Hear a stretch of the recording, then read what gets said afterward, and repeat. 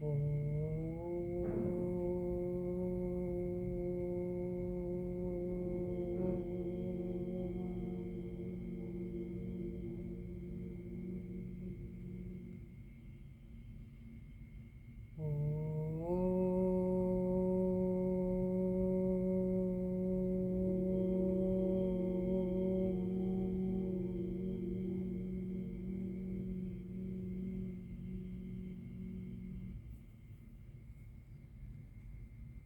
കൃഷ്ണ. ഇനി നമുക്ക് 14ാമത്തെ ദശകമാണ് നോക്കാനുള്ളത്. 13 ദശകങ്ങൾ ഭഗവാൻ അവിടുത്തെ ഇച്ഛയനുസരിച്ച്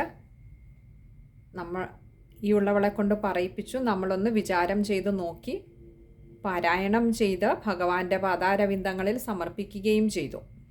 ഇനിയും ഭഗവാനൊക്കെ വേണ്ട വിധത്തിൽ നടത്തിത്തരട്ടെ എന്ന് പ്രാർത്ഥിച്ചുകൊണ്ട് 14ാമത്തെ ദശകമായ കപിലാവതാരത്തിലേക്കാണ് നമ്മൾ കടക്കുന്നത്.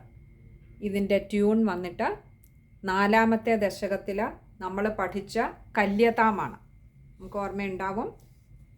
അവിടെ 4ാമത്തെ ദശകത്തിൽ കല്യതാം മമ കുരുഷ്വതാവതീം കല്യതേ ഭവദുപാസനം യയാ എന്ന് പറയുന്ന ആ ദശകത്തിൻ്റെ ട്യൂണാണ് 14ാമത്തെ ദശകമായ കപിലാവതാരത്തിൻ്റെയും വരുന്നത്.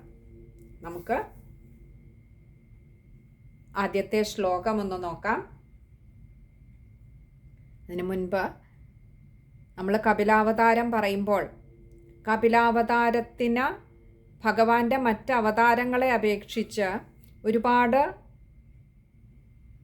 പ്രത്യേകതകളുണ്ട്. മറ്റ് അവതാരങ്ങൾ എന്ന് പറയുമ്പോൾ നമ്മൾ സാധാരണ ഭഗവാന്റെ അവതാരങ്ങളെക്കുറിച്ച് പറയുന്നിടത്തൊക്കെ നമുക്കറിയാം, ഭഗവാന്റെ മിക്ക അവതാരങ്ങളും, എല്ലാമെന്ന് പറയാൻ പറ്റില്ല, മിക്ക അവതാരങ്ങളും ഏതെങ്കിലും ദുഷ്ടരെ നിഗ്രഹിക്കാനും ശിഷ്ടരെ സംരക്ഷിക്കുന്നതിനും ആയിരുന്നു എന്ന് കാണാം. പ്രത്യേകിച്ചും നമ്മൾ ദശാവതാരങ്ങൾ എടുക്കുമ്പോൾ അതിലെ മിക്ക അവതാരങ്ങളും ഈ ഒരു ഉദ്ദേശ്യത്തിലായിരുന്നു ഭഗവാൻ എടുത്തിരുന്നത് എന്ന് നമുക്ക് കാണാം. എന്നാൽ അതല്ലാതെയുള്ള ബാക്കി നമുക്കറിയാം 24 അവതാരങ്ങളിൽ മറ്റു പല അവതാരങ്ങളും ഭഗവാൻ ഈ ഒരു നിഗ്രഹത്തിനായിക്കൊണ്ടല്ലാതെ അനുഗ്രഹത്തിനായിക്കൊണ്ടെടുത്ത അവതാരങ്ങളുമുണ്ട്. അതിൽ ചിലതാണ് നമുക്കറിയാം. ഹയഗ്രീവാവതാരം ശുദ്ധജ്ഞാനത്തിൻ്റെ പ്രതീകമായിട്ടാണ് ഹയഗ്രീവമൂർത്തിയെ കാണുന്നത് തന്നെ. അതേപോലെ തന്നെയാണ് ഹംസരൂപിയായിട്ട് ഭഗവാൻ അവതരിച്ചത്. അതേപോലെ ദത്താത്രേയ അവതാരം. ഇങ്ങനെ ചില അവതാരങ്ങൾ, അതിലൊന്നാണ് കപിലാവതാരവും. ഈ ആത്മതത്വത്തെ അതിനെ പ്രബോധനം ചെയ്യുന്നതിന് വേണ്ടി ഈ ആത്മതത്വത്തെ, ഈ ഒരു പരമമായ സത്യത്തെ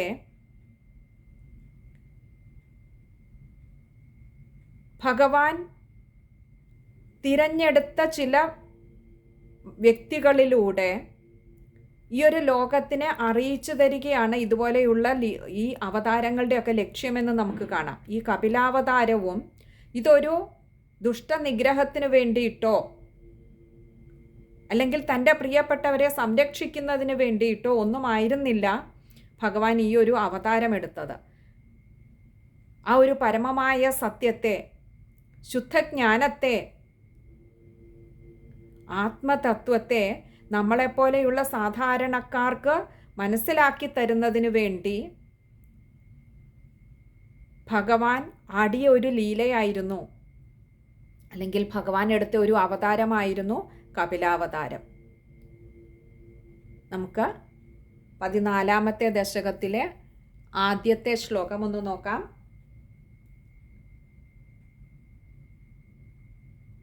സമനുസ്മൃതതാവകാംഘ്രിയുഗ്മ സമനുഃ പങ്കജസംഭവാംഗജന്മ നിജമന്തരമന്തരായ ഹീനം ചരിതം തേ കഥയൻ സുഖം നിനായ.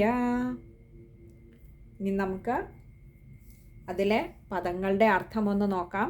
നമ്മൾ ഇത്ര നാളും പിന്തുടർന്ന് വന്നിരുന്നത് ആ ശ്ലോകത്തിൻ്റെ വരികൾ എങ്ങനെയാണോ അതിനനുസരിച്ച് പദച്ഛേദവും പദങ്ങളുടെ അർത്ഥവും ഒക്കെ ഒന്ന് വിചാരം ചെയ്യുകയായിരുന്നു ചെയ്തു വന്നിരുന്നത്. ഇനിയും അങ്ങനെ തന്നെ പോകാം. പക്ഷേ അതിൻ്റെ അന്വയക്രമത്തിൽ അറിയണമെന്നുള്ളവർക്ക് വേണ്ടി നമ്മൾ ശ്ലോകത്തിൻ്റെ അർത്ഥമൊക്കെ പറഞ്ഞതിന് ശേഷം അന്വയക്രമം കൂടി ഒന്ന് പറഞ്ഞു പോകാമെന്ന് കരുതുന്നു. അർത്ഥം അല്ലാതെ തന്നെ പറയാം, ശ്ലോകത്തിലെ ഓരോ വാക്കുകളായിട്ട് തന്നെ അർത്ഥം പറഞ്ഞു പോകാം. അന്വയക്രമം പിന്നീട് പറയാമെന്ന് കരുതുന്നു. നമുക്ക് ശ്ലോകത്തിലെ വാക്കുകളുടെ അർത്ഥം നോക്കാം. സമനുസ്മൃത താവകാഘ്രിയുഗ്മ. ഇവിടെ സമനുസ്മൃത, അനുസ്മൃത എന്നാൽ സ്മരിക്കുക, അനുസ്മരിക്കുക, ധ്യാനം ചെയ്യുക. സമനുസ്മൃത, അവിടെ സ വരുന്നത് എപ്പോഴും നമ്മൾ എന്തെങ്കിലും ഒരു പോസിറ്റീവായിട്ടുള്ളൊരു കാര്യം പറയാൻ വേണ്ടിയിട്ടാണ് പലപ്പോഴും നമ്മൾ മലയാളത്തിലാണെങ്കിലും സ ചേർത്ത് പറയുന്നത്. ഒരു ചെറിയ ഉദാഹരണം പറഞ്ഞാൽ നമുക്കറിയാം, മോഹനം എന്ന് പറഞ്ഞാൽ സുന്ദരമായത്, സമ്മോഹനം. അപ്പോൾ അതിനെ ഒന്ന് കുറച്ചുകൂടി ഒന്ന് നല്ല രീതിയിൽ ഒന്നുകൂടി ഒന്ന് എടുത്തു കാണിക്കാൻ നമ്മൾ പറയില്ല, ബൂസ്റ്റ് ചെയ്ത് പറയാനായിട്ട്. അതേപോലെ ഇവിടെ സമനുസ്മൃത, നന്നായി, വളരെ നന്നായി ധ്യാനം ചെയ്യുക, അനുസ്മരിക്കുക. അനുസ്മരിച്ച് എന്ത്? താവകാഘ്രിയുഗ്മ, താവക അഘ്രിയുഗ്മ. താവക എന്നാൽ അങ്ങയുടെ, അഘ്രിയുഗ്മ, അഘ്രി എന്നാൽ പാദങ്ങൾ, യുഗ്മ 2. അപ്പോൾ അഘ്രിയുഗ്മ, അങ്ങയുടെ 2 പാദാരവിന്ദങ്ങളെ നന്നായി അനുസ്മരിച്ചുകൊണ്ടും അല്ലെങ്കിൽ ധ്യാനം ചെയ്തുകൊണ്ടും. സ മനു, സ എന്നാൽ സഹ, ആ എന്നുള്ള അർത്ഥത്തിൽ. ആ മനു, മനു എന്നാൽ ഇവിടെ സ്വയംഭുവ മനുവിൻ്റെ കാര്യമാണ് പറയുന്നത്. ഏറ്റവും ആദ്യത്തെ മനുവാണ് അല്ലേ, ഏറ്റവും ആദ്യത്തെ ഭഗവാന്റെ ബ്രഹ്മാവിൻ്റെ സൃഷ്ടികർമ്മങ്ങളൊക്കെ തുടങ്ങിയതിന് ശേഷം നമുക്കറിയാം, ബ്രഹ്മാവിൽ നിന്ന് തന്നെ, ബ്രഹ്മാവിൻ്റെ ശരീരത്തിൻ്റെ പാതി തന്നെയാണ് സ്വയംഭുവ മനുവായും ശതരൂപാദേവിയായിട്ടും ഒക്കെ മാറിയിരുന്നത്. നമ്മളത് മുൻപ് കണ്ടതാണ്. അപ്പോൾ ആ ആദ്യത്തെ മന്വന്തരത്തിലെ അധിപനായിരുന്ന മനു, സ്വയംഭുവ മനു പങ്കജ സംഭവാംഗജന്മ. പങ്കജ സംഭവൻ എന്നാൽ പങ്കജത്തിൽ അല്ലെങ്കിൽ താമരയിൽ ഉത്ഭവിച്ചവൻ. നമുക്കറിയാം, ഭഗവാന്റെ നാഭീകമലത്തിൽ നിന്നും വന്നതാണ് ബ്രഹ്മാവ്. അതുകൊണ്ട് പങ്കജ സംഭവൻ എന്ന് പറയുമ്പോൾ ബ്രഹ്മാവ്. അങ്ങനെയുള്ള പങ്കജ സംഭവ അംഗജന്മ, ആ ബ്രഹ്മാവിൻ്റെ അംഗങ്ങളിൽ നിന്നും ജന്മം കൊണ്ട, അഥവാ ആ സ്വയംഭുവ മനു. ആ മനു ഏതാണ് എന്നൊന്ന് പറയാൻ വേണ്ടിയിട്ടാണ്, ഏത് മനുവിൻ്റെ കാര്യമാണ് പറയുന്നത് എന്ന് പറയാൻ വേണ്ടിയിട്ടാണ് ഇവിടെ പങ്കജ സംഭവാംഗജന്മ എന്ന് എടുത്തു പറഞ്ഞത്. അതായത് ബ്രഹ്മാവിൻ്റെ ശരീരത്തിൽ നിന്നും ജന്മം കൊണ്ട അല്ലെങ്കിൽ ഉത്ഭവിച്ച ആ മനു, അതായത് ആ സ്വയംഭുവ മനു. നിജമന്തരമന്തരായ ഹീനം, നിജം, അന്തരം, അന്തരായ ഹീനം, ഇങ്ങനെ 3 വാക്കുകൾ ചേരുന്നതാണ് നിജമന്തരമന്തരായ ഹീനം. നിജം എന്നാൽ തൻ്റെ, ആ സ്വയംഭുവ മനുവിൻ്റെ. അന്തരം എന്ന് പറഞ്ഞാൽ ആ മന്വന്തരം. നമുക്കറിയാം, 71 ചതുർയുഗങ്ങൾ ചേരുന്നതാണ് ഒരു മന്വന്തരം എന്ന് പറയുന്നത്. അപ്പോൾ താൻ അധിപനായിരിക്കുന്ന ഏതൊരു മന്വന്തരമായിരുന്നു, അഥവാ ആദ്യത്തെ മന്വന്തരം, സ്വയംഭുവ മന്വന്തരത്തിൽ അന്തരായ ഹീനം. അന്തരം എന്നാൽ മാറ്റം, തടസ്സം, അല്ലെങ്കിൽ അങ്ങനെയുള്ള ഒരു ഭേദം ഒന്നുമില്ലാതെ. അന്തരായ ഹീനം, യാതൊരു അന്തരവും അല്ലെങ്കിൽ ഒരു ഭേദവും ഒരു തടസ്സവും കൂടാതെ. ചരിതം, ചരിതം എന്നാൽ അവിടുത്തെ ആ ചരിതത്തെ, ആ അവതാര കഥകളെ, ആ ഗുണഗണങ്ങളെ. തേ, തേ എന്നാൽ അങ്ങയുടെ.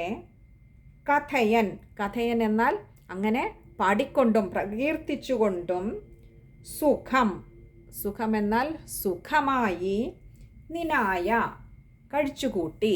അപ്പോൾ ഇവിടെ സ്വയംഭുവ മനുവിൻ്റെ കാര്യമാണ് പറയുന്നത്. എന്താ പറഞ്ഞത്? സ്വയംഭുവ മനു എങ്ങനെ ആ പങ്കജസംഭവനായിട്ടുള്ള ഭഗവാന്റെ നാഭീകമലത്തിൽ നിന്നും ഉത്ഭവിച്ച ബ്രഹ്മാവിൻ്റെ ശരീരത്തിൽ നിന്നും ജനിച്ച, അല്ലെങ്കിൽ ബ്രഹ്മാവിൻ്റെ അംഗങ്ങളിൽ നിന്ന് ജനിച്ച, ശരീരത്തിൻ്റെ തന്നെ ഒരു ഭാഗമായിട്ടുള്ള ആ സ്വയംഭുവ മനു തൻ്റെ ആ മന്വന്തരക്കാലം ഉടനീളം ആ 71 ചതുർയുഗങ്ങളും അല്ലയോ ഭഗവാനെ അങ്ങയുടെ ഈ സുന്ദരമായ പാദയുഗ്മങ്ങളെ, പാദപത്മങ്ങളെ നന്നായി ധ്യാനം ചെയ്തുകൊണ്ട്,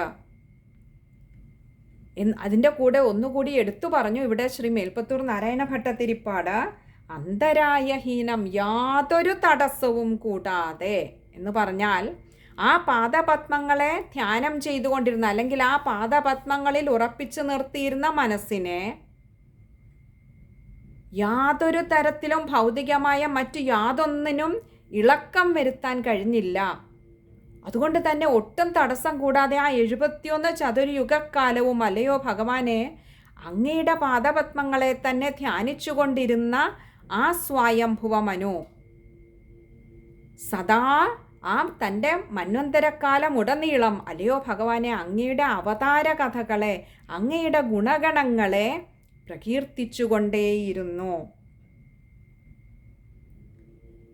അങ്ങനെ ആ ഒരു മന്വന്തരക്കാലം മുഴുവൻ ആ സ്വയംഭുവ മനു സുഖമായി കഴിച്ചുകൂട്ടി.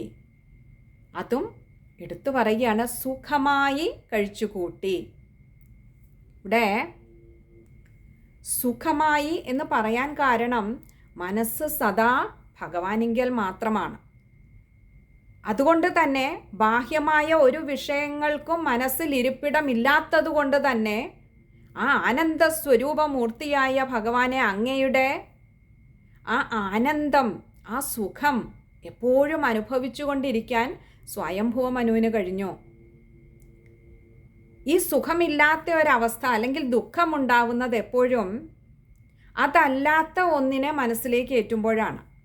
ഭഗവാന്റെ വിചാരത്തിൽ മുഴുകിയിരിക്കുമ്പോൾ ദുഃഖത്തിന് അവിടെ സ്ഥാനമില്ല. ദുഃഖമുണ്ടാവുന്ന എപ്പോൾ ഭഗവത് ചിന്തയിൽ ഒരു അയവ് വരുന്നുവോ, എപ്പോൾ മറ്റു ഭൗതികമായ അന്യവിഷയങ്ങൾ മനസ്സിലേക്ക് കയറിക്കൂടുന്നുവോ അപ്പോൾ മാത്രമാണ് ദുഃഖമുണ്ടാവുന്നത്. നമുക്കൊക്കെ ദുഃഖമുണ്ടാവാൻ കാരണം നമ്മളൊക്കെ സദാ ഭഗവത് ചിന്തയിൽ മുഴുകിയിരിക്കുന്നവരല്ല. അതിനും സ്ഥാനം അല്ലെങ്കിൽ സമയം ജീവിതത്തിൽ കണ്ടെത്തുമ്പോഴും ജീവിതത്തിൻ്റെ അല്ലെങ്കിൽ ഓരോ ദിവസത്തിൻ്റെയും നല്ലൊരു ഭാഗവും ഭൗതികമായ മറ്റ് വിഷയങ്ങളിൽ, കർമ്മങ്ങളിൽ വ്യാപൃതരായി അതിലേക്ക് മനസ്സിനെ ചേർത്ത് വെക്കുന്നത് കൊണ്ടാണ്, അല്ലെങ്കിൽ ആ വിഷയങ്ങളൊക്കെ മനസ്സിലേക്ക് എടുക്കുന്നത് കൊണ്ടാണ്. നമുക്കറിയാം നമ്മുടെ ചുറ്റിനുമുള്ള ഈ അന്തരീക്ഷ വായുവിൽ ഏതെല്ലാം തരത്തിലുള്ള അണുക്കളും മറ്റുമുണ്ട് അല്ലേ? ഏതെല്ലാം തരത്തിലുള്ള ബാക്ടീരിയാസ്, വൈറസസ് ഒക്കെ ഉണ്ട്. ഈ അന്തരീക്ഷത്തിലുള്ള അണുക്കൾക്കൊന്നും തന്നെയും നമ്മളെ കാര്യമായ ഒരു ഹാനി ഏൽപ്പിക്കാൻ കഴിയുന്നില്ല. അത് നമ്മുടെ തൊലിപ്പുറത്ത് തട്ടി അങ്ങനെ പോകുന്നുണ്ട്. ഈ വായുവിനോടൊപ്പം അതങ്ങനെ കടന്നു പോകുന്നുണ്ട് അനുനിമിഷം. പക്ഷേ ഈ അണുക്കളൊക്കെ എപ്പോഴെങ്കിലും നമ്മുടെ ഉള്ളിലേക്ക് കയറിയാൽ അത് നമ്മളെ ക്ഷയിപ്പിച്ചു തുടങ്ങും, നമ്മളെ ദുഃഖിപ്പിച്ചു തുടങ്ങും. അത് ശാരീരികമായും തന്മൂലം മാനസികമായും, തദ്വാര മാനസികമായും അത് നമ്മളെ ക്ഷയിപ്പിക്കും. അപ്പോൾ ഈ ഭൗതികമായ എല്ലാ കാര്യങ്ങളും അതതിൻ്റെ വഴിക്ക് നടന്നോട്ടെ. മനസ്സിൽ സദാ ഭഗവത് സ്വരൂപത്തെ ഉറപ്പിച്ചു നിർത്തുകയും ഭഗവത് വിചാരം സദാ ചെയ്യുകയും ചെയ്യാൻ കഴിഞ്ഞാൽ, അപ്പോൾ നമ്മൾ ഈ അന്തരീക്ഷ വായുവിൻ്റെ കാര്യം അതിനെ നമുക്ക് പിടിച്ചു നിർത്താൻ കഴിയില്ല. അതങ്ങനെ ഒഴുകിക്കൊണ്ടേയിരിക്കും, അത് ചലിച്ചുകൊണ്ടേയിരിക്കും അന്തരീക്ഷ വായു. ഇതുപോലെ നമ്മുടെയൊക്കെ കർമ്മപ്രാരബ്ധങ്ങൾ അനുഭവിക്കാനുണ്ട് എന്നിരിക്കെ നമ്മളിലേക്ക് വന്നു ചേരുന്ന അനുഭവങ്ങളാണെങ്കിലും നമ്മൾ കടന്നു പോകുന്ന വഴികളിലൂടെ നമ്മൾ നേരിടേണ്ടി വരുന്ന പലതരത്തിലുള്ള സങ്കടങ്ങളായിരുന്നാലും, അത് വ്യക്തികളിലൂടെ ആയാലും സാഹചര്യങ്ങളിലൂടെ ഇല്ല നമ്മുടെ അവിവേകം കൊണ്ട് നമ്മൾ ചെന്ന് ചാടുന്ന മറ്റു സാഹചര്യങ്ങൾ കൊണ്ടാണെങ്കിലും മറ്റുള്ളവർ സൃഷ്ടിക്കുന്ന സാഹചര്യങ്ങൾ കൊണ്ടാണെങ്കിലും വന്നു ചേരുന്ന സങ്കടങ്ങളെ അതിൻ്റെ വഴിക്ക് വിട്ടിട്ട്, അഥവാ അതിനെ ഉള്ളിലേക്കെടുക്കാതെ ഈ വഴികളിലൂടെയൊക്കെ കടന്നു പോകാൻ നമുക്ക് വിധിക്കപ്പെട്ടിരിക്കുന്നതാണ്. കാരണം നമ്മുടെ പൂർവ്വജന്മത്തിൽ നിന്നും വഹിച്ചുകൊണ്ട് വന്നിരിക്കുന്ന പ്രാരബ്ധങ്ങൾ ഇവയൊക്കെ ഈ വഴിയിലൂടെ കടന്നു പോകാൻ നമ്മളെ നിർബന്ധിതരാക്കുന്നുണ്ട്. നമുക്കതിൽ നിന്നും ഒഴിഞ്ഞു മാറാനാവില്ല എന്നിരിക്കെ അതിനെ ഉള്ളിലേക്കെടുക്കാതെ അപ്പോഴും ഉള്ളിൽ മനസ്സിൽ ഭഗവാനെ തന്നെ സ്മരിച്ചുകൊണ്ടിരിക്കാൻ കഴിഞ്ഞാൽ ഈ ബാഹ്യമായി വന്ന് നമ്മളിലേക്ക് അലതല്ലിക്കൊണ്ടിരിക്കുന്ന ഈ സങ്കടക്കടൽ അല്ലെങ്കിൽ ദുഃഖക്കടൽ അല്ലെങ്കിൽ വിഷമഘട്ടങ്ങൾക്കൊന്നും തന്നെയും നമ്മളെ കാര്യമായ പരിക്കേൽപ്പിക്കാൻ കഴിയുകയില്ല. കാരണം ഉള്ളിൽ അതിനേക്കാൾ ശക്തമായി മറ്റൊന്നിനും തോൽപ്പിക്കാനാവാത്ത ഒരു ശക്തി വിശേഷത്തെ മനസ്സങ്ങനെ ചേർത്ത് പിടിച്ചിരിക്കുകയാണ്. അതുകൊണ്ട് തന്നെ മനസ്സിനെ ഈ ബാഹ്യമായ യാതൊന്നിനും തന്നെ തളർത്താനോ തകർക്കാനോ കഴിയാത്തതുകൊണ്ട് ശരീരത്തിനും കാര്യമായ ക്ഷയമേൽപ്പിക്കാൻ ഈ ബാഹ്യ വിഷയങ്ങൾക്കൊന്നും കഴിയാതെ വരും. അതുകൊണ്ട് ഇവിടെ സ്വയംഭുവ മനുവിൻ്റെ കാര്യം പറഞ്ഞതുപോലെ ബാഹ്യമായ വിഷയങ്ങളിലൂടെ നമുക്ക് ചെയ്യേണ്ട കർമ്മങ്ങൾ ചെയ്തേ മതിയാകൂ. നമുക്ക് കടന്നു പോകേണ്ട വഴികളിലൂടെ നമ്മൾ അറിയാതെ നമ്മൾ കടന്നു പോയിക്കൊണ്ടിരിക്കുന്നു, ഇനിയും കടന്നു പോയേ മതിയാവൂ. ഈ കർമ്മ പ്രാരബ്ധം തീർത്ത് ഈ ജന്മത്തെ പ്രാരബ്ധങ്ങളെല്ലാം ഒടുങ്ങി ദേഹം പതിക്കുന്നത് വരെ ഈ യാത്ര തുടർന്നേ മതിയാകൂ. പോകേണ്ട വഴികളൊന്നും നമുക്ക് നിശ്ചയമില്ലെങ്കിലും നമ്മുടെ പ്രാരബ്ധങ്ങളിലെല്ലാം എന്തൊക്കെയാണെന്നറിയുന്ന ഒരു ശക്തിവിശേഷം അത് മുന്നേ നിശ്ചയിച്ചു വെച്ചിട്ടുള്ളതാണ്. ആ കൽപ്പിതമനുസരിച്ചാണ് നമ്മൾ നീങ്ങുന്നത്. അങ്ങനെ ഇരിക്കെ ഈ വേണ്ടാത്ത ആവലാതികൾ അല്ലെങ്കിൽ വേണ്ടാത്ത വികാര വിചാരങ്ങളെ ഒഴിവാക്കിക്കൊണ്ട് മനസ്സിനെ സദാ ഭഗവാന്റെ കഥകൾ കേൾക്കാനും ഭഗവത് വിചാരം ചെയ്യാനും ഇതുപോലെയുള്ള ഓരോരോ സത്സംഗങ്ങളിൽ സദാ മനസ്സിനെ ഉറപ്പിച്ചു നിർത്താനും നമുക്ക് കഴിയുമാറാകട്ടെ. എങ്കിൽ ദുഃഖങ്ങളുടെയും സങ്കടങ്ങളുടെയും നടുവിലിരിക്കുമ്പോഴും നമുക്ക് സദാ ആ ഭഗവാന്റെ മുഖത്ത് മായാതെ നിൽക്കുന്ന ആ പുഞ്ചിരി കണ്ട് നമുക്കും പുഞ്ചിരിച്ചുകൊണ്ട് തന്നെ ജീവിതത്തെ മുന്നോട്ട് നീക്കാൻ കഴിയും. അഥവാ ഇവിടെ സ്വയംഭുവ മനുവിൻ്റെ കാര്യം പറഞ്ഞതുപോലെ സുഖമായി ജീവിക്കാൻ കഴിയും ഈ ആയുഷ്കാലം.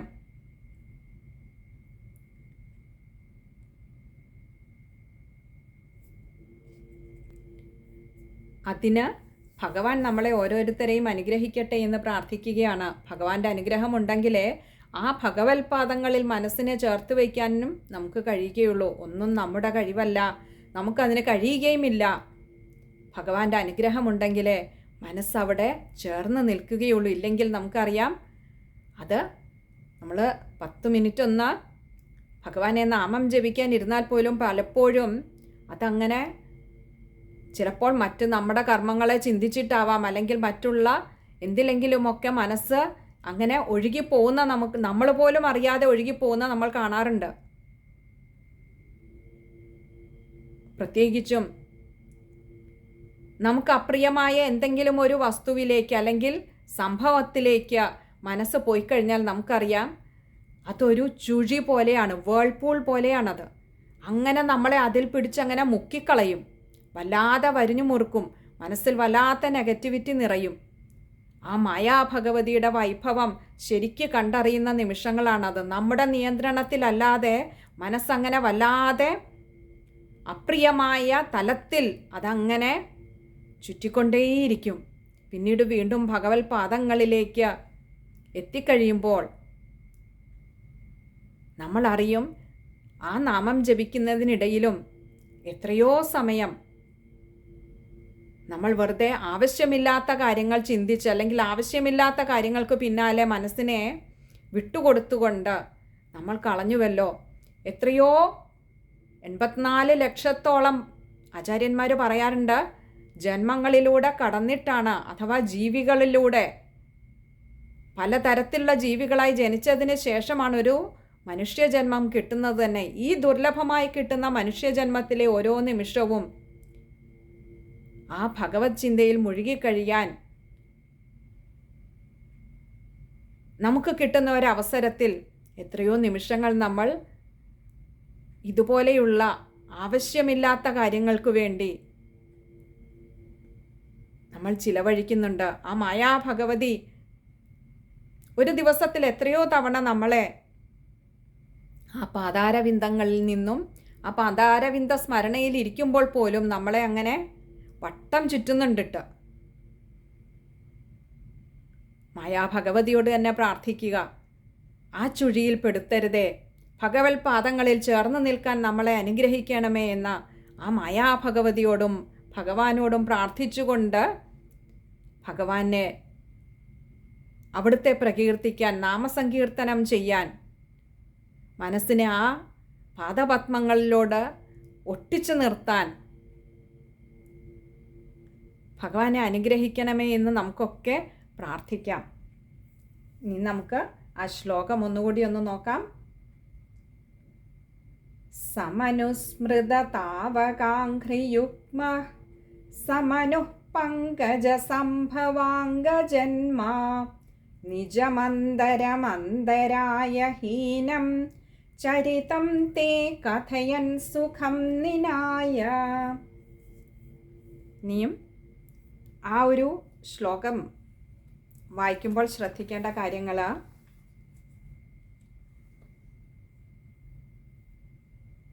ആദ്യത്തെ വരിയുടെ അവസാനവും രണ്ടാമത്തെ വരിയിൽ സമനു അവിടെയും വിസർഗം കാണാം. രണ്ടും പകുതി ഹകാരത്തിൽ വായിക്കുക.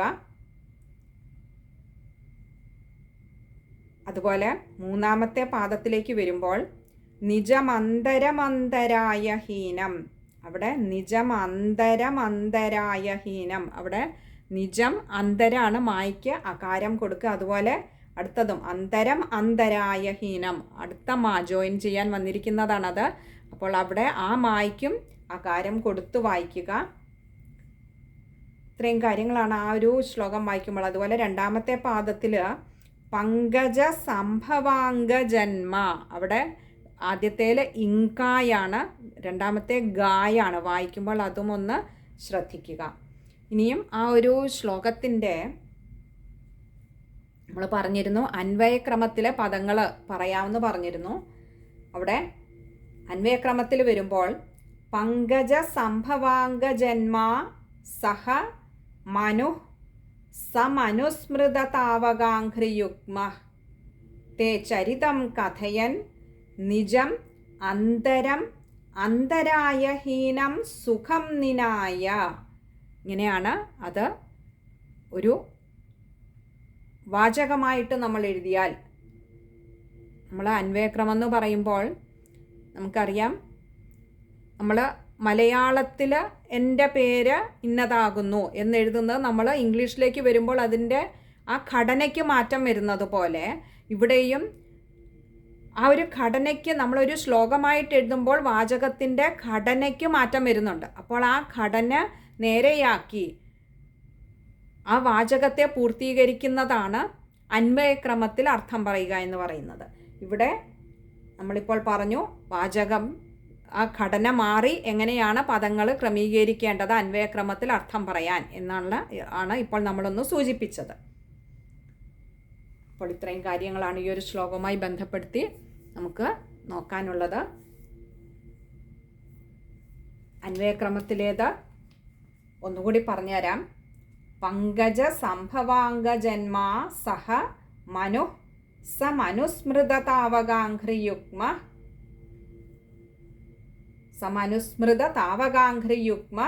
തേ ചരിതം കഥയൻ നിജം അന്തരം അന്തരായ ഹീനം സുഖം നിനായ. ഇത്രയുമുള്ളൂ ഈ ഒരു ശ്ലോകത്തിൽ നമുക്ക് സ്മരിക്കുവാനായിട്ടുള്ളത്. ഹരേ കൃഷ്ണ.